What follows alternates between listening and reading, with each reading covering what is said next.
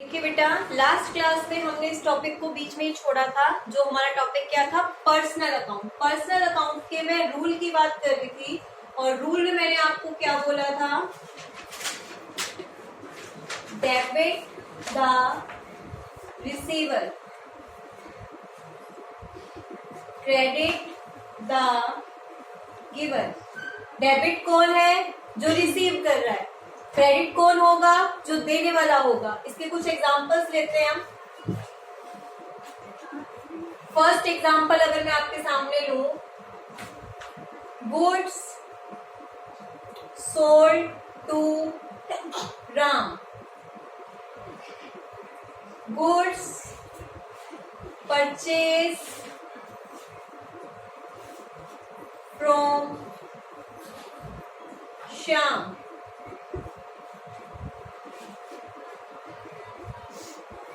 Cash deposited into bank. चलो एक बार इसको नहीं देखते, कंफ्यूज हो जाएंगे आप लोग। अभी मैंने आपके सामने दो एंट्री ली है, goods sold to Ram and goods purchase from Shyam. Goods Ram को सोल्ड करे हैं, तो राम के पास क्या जा रहे हैं? गुड्स। राम क्या है?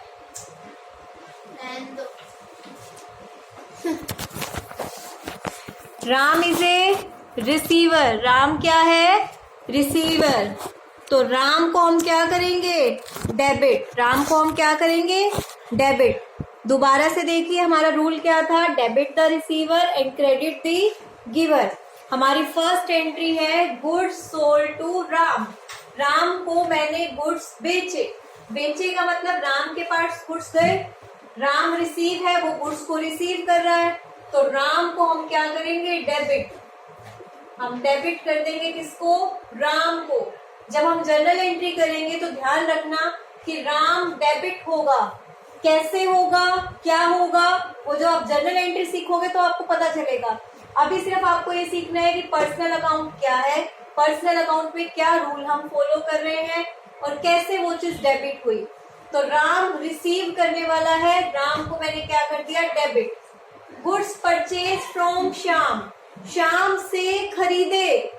ये ले रहा था, ये दे रहा है, हमने इससे खरीदे हैं। गुड्स परचेज फ्रॉम श्याम, ये हमें दे रहा है। श्याम अगर हमें दे रहा है तो श्याम क्या हो गया? गिवर। श्याम क्या हो गया? गिवर। अगर श्याम गिवर है तो श्याम को हम क्रेडिट कर देंगे। श्याम को हम क्या कर देंगे? क्रेडिट। श्याम को हम क्या कर देंगे? क्रेडिट। क्लियर है? ये रूल आपको समझ आ गया? Debit the receiver and credit the giver. एक रूल और यहाँ पे पर्सनल अकाउंट में फॉलो होता है, ध्यान रखेंगे आप लोग। Debit the debtors and credit the creditors. जो जो हमारे डेटर्स होंगे, ये पर्सनल अकाउंट का ही रूल चल रहा है, जो जो हमारे डेटर्स होंगे उनको हम क्या कर देंगे? डेबिट। क्या कर देंगे? डेबिट। और जो जो मेरे क्रेडिटर्स होंगे उनको मैं क्या कर दूंगी? क्रेडिट। क्या कर दूंगी? क्रेडिट। डेटर्स कौन होते हैं? जिनसे पैसा लेना है, जिनसे पैसा लेना है। क्रेडिटर्स जिनको पैसा देना है, जिनको पैसा देना है। अब मेरी बात ध्यान से सुनेंगे। डेटर्स कब क्रिएट होते हैं?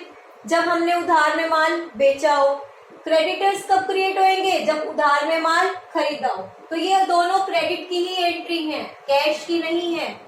ये दोनों एंट्री आपकी क्रेडिट की ही है कि मैंने राम को उधार में माल बेचे। उधार में माल बेचे तो राम क्या है? डेटर। अब मैंने रिसीवर और गिवर के अकॉर्डिंग आपको समझा दिया था।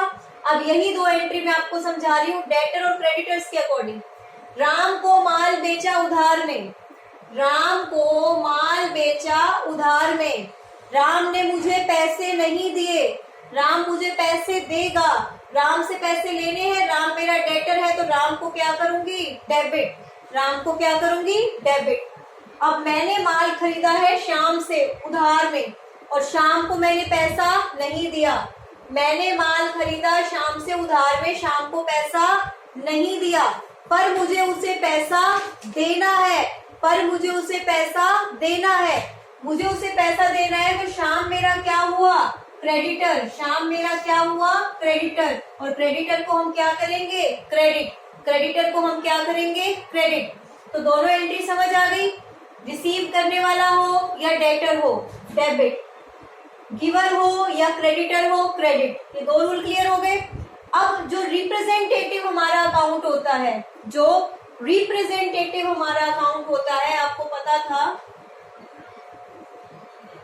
रिप्रेजेंटेटिव। रिप्रेजेंटेटिव में क्या क्या चीजें हमारी डेटर्स में जाएंगी, क्या क्या चीजें हमारी क्रेडिटर्स में जाएंगी। आप मुझे एक बात बताइए, रिप्रेजेंटेटिव अकाउंट में आउटस्टैंडिंग सैलरी, देखो वैसे मेरे जो भी खर्चे हैं, मैंने आपको कहा था खर्चे किस में आएंगे? नॉमिनल अकाउंट में। सैलरी एक खर्चा है नॉमिनल में, पर जब नॉमिनल अकाउंट के सामने कोई भी आउटस्टैंडिंग, एक्यूड या कोई भी इस तरह का सुफिक्स ऐड हो जाता है, ये इंग्लिश में आपने पढ़ा होगा ना, सुफिक्स और प्रीफिक्स, ये आपका सुफिक्स है। जब किसी भी एक्सपेंस के आगे सुफिक्स ऐड हो जाता है तो वो क्या बन जाता है? Personal account. क्या बन जाता है? Personal account. ध्यान रखना, किसी भी खर्चे या इनकम के आगे जब कोई सुफिक्स ऐड हो जाएगा, आउटस्टैंडिंग, अनअर्न्ड, एक्रूड, कुछ भी इस तरह का ऐड होगा तो वो पर्सनल अकाउंट बन जाएगा। फिर से सुन लीजिए, किसी भी खर्चा है नॉमिनल अकाउंट। अगर मैं बात करूं सैलरी, तो सैलरी मेरा क्या रहेगा? Nominal account. सैलरी मेरा क्या है? Nominal account. But outstanding salary personal, क्योंकि सैलरी के आगे क्या ऐड हो चुका है? सुफिक्स। सैलरी के आगे क्या ऐड हो चुका है? सुफिक्स। तो एक चीज ध्यान देंगे आप यहाँ पे, मैंने क्या बोला? आउटस्टैंडिंग सैलरी अभी नहीं देनी, बाद में तो देनी है मुझे। तो आउटस्टैंडिंग सैलरी जिसको देनी है, आउटस्टैंडिंग सैलरी है, वेजेस हैं, ये सब क्या है? मेरी क्रेडिटर है। अनअर्न्ड इनकम है, अनअर्न्ड इनकम, जो मैंने अभी कमाई नहीं वो मुझे मिल गई। आउटस्टैंडिंग सैलरी मुझे अभी देनी है, जो मैंने अभी कमाई नहीं मिल गई, तो हो सकता है मैं काम ना कर पाऊं, वो सैलरी इनकम मुझे वापस देनी पड़े। तो ये दोनों ही एक तरह से क्या है? क्रेडिटर्स। ये दोनों ही एक तरह से क्या है? क्रेडिटर्स वाला रूल अप्लाई होगा इन पे, क्रेडिटर्स वाला रूल अप्लाई होगा इन पे। तो आउटस्टैंडिंग सैलरी या अनअर्न्ड इनकम जैसा कुछ हो तो ये चीजें क्या होंगी? क्रेडिट। ये चीजें क्या होंगी? क्रेडिट। ध्यान रखना, क्योंकि इनका मीनिंग समझो। आउटस्टैंडिंग सैलरी का मतलब वो पैसा मुझे उसको देना है फ्यूचर में। अनअर्न्ड इनकम, जो इनकम मैंने अभी कमाई नहीं, मुझे पहले ही मिल गई, तो हो सकता है मुझे वापस भी देनी पड़े। आपने मुझे ट्यूशन की फीस 6 महीने की दे दी, आप किसी कारण से शिफ्ट कर रहे हो रोहतक से पानीपत, तो जो 6 महीने की फीस है, मैंने 1 महीना पढ़ाया, 5 महीने की फीस मैं आपको आपकी वापस दूंगी, वो मेरी अनअर्न्ड इनकम थी। तो आप मेरे क्रेडिटर्स ही हुए ना, कि मुझे आपका पैसा वापस देना है, मेरी रिस्पॉन्सिबिलिटी है, मैं लायबल हूँ, मुझे आपको पैसा पे बैक करना है। जहां पे आ जाए ना अमाउंट पे बैक, जहां पे आ जाए, हो सकता है कि मुझे पे बैक करना पड़े, वो चीज क्रेडिटर्स में जाती है। तो ये सारी चीजें क्या होंगी? क्रेडिट। ये सारी चीजें क्या होंगी? क्रेडिट। अब इसका अपोजिट ले लो। अब क्या ले ले? इसका अपोजिट। यहां से इरेज कर दूं मैं एक बार, ये चीजें अच्छे से समझ आ गई। इसका अपोजिट अगर मैं लूं, मैंने आउटस्टैंडिंग वगैरह ले लिया, अब मैं लेती हूं प्रीपेड एक्सपेंस और एक्रूड इनकम। प्रीपेड एक्सपेंस और एक्रूड इनकम, ये दोनों डेटर्स में काउंट होंगे। दो क्रेडिटर्स के बता दिए ना मैंने, आउटस्टैंडिंग सैलरी और अनअर्न्ड इनकम, ये दोनों डेटर्स में क्यों काउंट होंगे? प्रीपेड, पहले से ही दे दिए मैंने, खर्चा हुआ नहीं था, पहले ही किसी को दे दिया, तो वो मेरे लिए क्या हुए? डेटर, क्योंकि वहां से मेरा पैसा वापस आ सकता है अगर वो खर्चा नहीं हुआ तो प्रीपेड एक्सपेंस में हम डेटर वाला रूल अप्लाई करेंगे। इसी तरह एक्रूड इनकम, एक्रूड मतलब आउटस्टैंडिंग, एक्रूड मतलब आउटस्टैंडिंग मीन्स पेंडिंग है। मैंने पैसा कमा तो लिया पर मुझे मिला नहीं, मैंने पैसा कमा तो लिया पर मुझे मिला नहीं। जहां से मुझे कोई अमाउंट रिसीव होना हो, जहां से मुझे कोई अमाउंट रिसीव होना हो, तो वो मेरे क्या बन जाते हैं? डेटर्स। वो मेरे क्या बन जाते हैं? डेटर्स। यहां से मेरे पास पैसा आने की उम्मीद है, बल्कि मैंने अपना छोड़ा हुआ है, किसी से लेना है, तो वो मेरे डेटर्स। तो ये दोनों चीजें क्या होंगी, डेबिट। ये दोनों चीजें क्या होंगी, डेबिट। क्लियर है। आउटस्टैंडिंग सैलरी या अर्नड इनकम आ जाए तो ये आपका क्या होगा, क्रेडिट। प्रीपेड एक्सपेंस या एक्रूड इनकम आ जाए तो क्या होगा, डेबिट। अब पर्सनल अकाउंट का ये जो भी है पूरा का पूरा यही कंसेप्ट है। दोबारा देख लीजिए, पर्सनल अकाउंट का पूरा क्या कंसेप्ट है, debit the receiver. Debit the receiver, कोई भी रिसीव कर रहा है उसको डेबिट करो, कोई भी दे रहा है उसको क्रेडिट करो। सेकंड हमने एक रूल और इसमें से क्या निकाला, डेबिट द डेटर। कोई भी डेटर है उसको डेबिट कर दो, कोई भी क्रेडिटर है उसको क्रेडिट कर दो। थर्ड हमने आपको क्या समझाया कि किसी भी एक्सपेंस के आगे अगर कोई सुफिक्स ऐड हो जाएगा तो रिप्रेजेंटेटिव पर्सनल अकाउंट माना जाएगा। किसी भी एक्सपेंस के आगे अगर कोई सुफिक्स ऐड हो जाएगा तो वो रिप्रेजेंटेटिव पर्सनल अकाउंट माना जाएगा। और उसको कैसे ट्रीट करना है देखिए, आउटस्टैंडिंग सैलरी और अर्नड इनकम मुझे दे नहीं सकते फ्यूचर में, क्रेडिटर्स पे करना पड़ सकता है। प्रीपेड एक्सपेंस पहले ही दे चुकी हूँ, खर्चा नहीं हुआ, अगर खर्चा नहीं हुआ तो पैसा वापस आ सकता है ना, तो डेटर्स है मेरे। एक्रूड इनकम जिनसे मुझे पैसा लेना है, मैंने कमा लिया और उन्होंने अभी तक मुझे पैसा दिया नहीं तो वो मेरे डेटर्स हो गए, तो इन दोनों को क्या कर देंगे, डेबिट। तो अब आपको क्या क्या ध्यान रखना है, कोई रिसीव करने वाला हो कोई देने वाला हो। डेबिट क्या क्या होगा, कोई रिसीव करने वाला, कोई डेटर्स, कोई प्रीपेड एक्सपेंस, कोई एक्रूड इनकम, ये सारी चीजें क्या होंगी, डेबिट। क्लियर है। इसका एक हम छोटा सा चार्ट बनाते हैं, पर्सनल अकाउंट। आपको मैं एक चीज बता दूं, जो ये ट्रेडिशनल अप्रोच है ना, ये कहीं कहीं किसी किसी एंट्री में अप्लाई नहीं होती। ये जो पर्सनल अप्रोच है, ट्रेडिशनल अप्रोच है, ये कहीं कहीं किसी एंट्री में सेट नहीं बैठती। इसीलिए हमारे कुछ अकाउंटेंट या जो भी हैं बड़े बड़े जिन्होंने रिसर्च की, उन्होंने कहा कि हम इस अप्रोच को नहीं मानेंगे, तो वो एक नई अप्रोच लेके आए हैं। जब हमारी ट्रेडिशनल अप्रोच हो जाएगी हम नई अप्रोच पे चलेंगे। तो जर्नल एंट्री जब हम करते हैं तो न्यू अप्रोच को भी ध्यान में रखते हुए करते हैं। अब देखो पर्सनल अकाउंट में मैंने क्या सीखा, पर्सनल अकाउंट में डेबिट किस किस को करना है और क्रेडिट किस किस को करना है। डेबिट दी रिसीवर, क्रेडिट दी गिवर। डेबिट किसको करेंगे, रिसीवर को, क्रेडिट किसको करेंगे, गिवर को।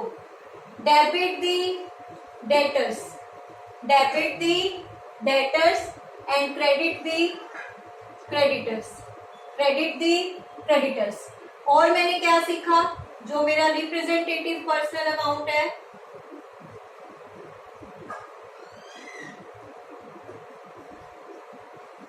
रिप्रेजेंटेटिव पर्सनल अकाउंट में मैंने क्या सीखा, कोई भी आउटस्टैंडिंग एक्सपेंस, कोई भी आउटस्टैंडिंग एक्सपेंस या अनअर्न्ड इनकम होगी, कोई भी आउटस्टैंडिंग एक्सपेंस या अनअर्न्ड इनकम होगी उसको डेबिट करेंगे। और यहाँ पे मैंने क्या सीखा कि कोई भी प्रीपेड एक्सपेंस या फिर देखो एक्सपेंस के लिए आउटस्टैंडिंग वर्ड आता है, इनकम के लिए एक्रूड वर्ड आता है, और एक्रूड का मतलब भी आउटस्टैंडिंग ही होता है कि वो पैसा मुझे मिलना बाकी है। तो ये पर्सनल अकाउंट का ओवरऑल रूल है जो आपको सीखना है। अभी रियल और नॉमिनल अकाउंट करने बाकी हैं, घबराना मत। ये सिर्फ पर्सनल अकाउंट का है कि डेबिट किन किन चीजों को करना है, कोई रिसीवर है, कोई डेटर है, कोई आउटस्टैंडिंग खर्चा है, आउटस्टैंडिंग मींस देना बाकी है किसी का। अनअर्न्ड जो मैंने पहले इनकम ले ली अभी कमाई नहीं थी, कोई गिवर उसको क्रेडिट कर देंगे, कोई क्रेडिटर है उसको क्रेडिट कर देंगे, कोई प्रीपेड एक्सपेंस पहले से ही दे दिया, एक्रूड इनकम मैं कमा चुकी हूँ पर मेरे पास पैसा नहीं आया। मैं फिर से बोल रही हूँ, वीडियो में आपको मैंने जो भी इन कंसेप्ट में समझाया है बुक में ऐसा नहीं मिलेगा, बुक में से आपको समझ नहीं आएगा। तो इस चीज के अच्छे से नोटबुक पे नोट्स बना लेना वीडियो को देख के। ये चीजें आपको एज इट इज बुक में नहीं मिलेंगी, पूरा चैप्टर वाइज थ्योरेटिकल दिया होगा पैराग्राफ में, और वहां से आपको ये चीजें समझ में नहीं आएंगी। तो इसको टेबल फॉर्म में बना लेंगे। आज हमारा पर्सनल अकाउंट क्लियर हो गया है। जो हमारा नेक्स्ट टॉपिक रहेगा नेक्स्ट वीडियो में, वो हमारा क्या रहेगा, रियल अकाउंट। नेक्स्ट टॉपिक में हम रियल अकाउंट पढ़ेंगे, अभी नॉमिनल पे भी नहीं जाएंगे। रियल अकाउंट में हम किसके लिए बारे में पढ़ेंगे, एसेट्स के बारे में। रियल अकाउंट पे किसके बारे में पढ़ेंगे, एसेट्स के बारे में। तो आज का ये टॉपिक यहीं पे खत्म हो रहा है। किसी को कोई भी डाउट हो, कोई भी क्वेरी हो तो आप पूछ सकते हैं। पर्सनल अकाउंट मेरा कवर हो चुका है रूल। पर्सनल का रूल मैं आपको समझा चुकी हूँ। जब हमारे सारे रूल हो जाएंगे फिर हम एग्जाम्पल्स में जाएंगे। कोई भी डाउट हो तो आप देख सकते हैं।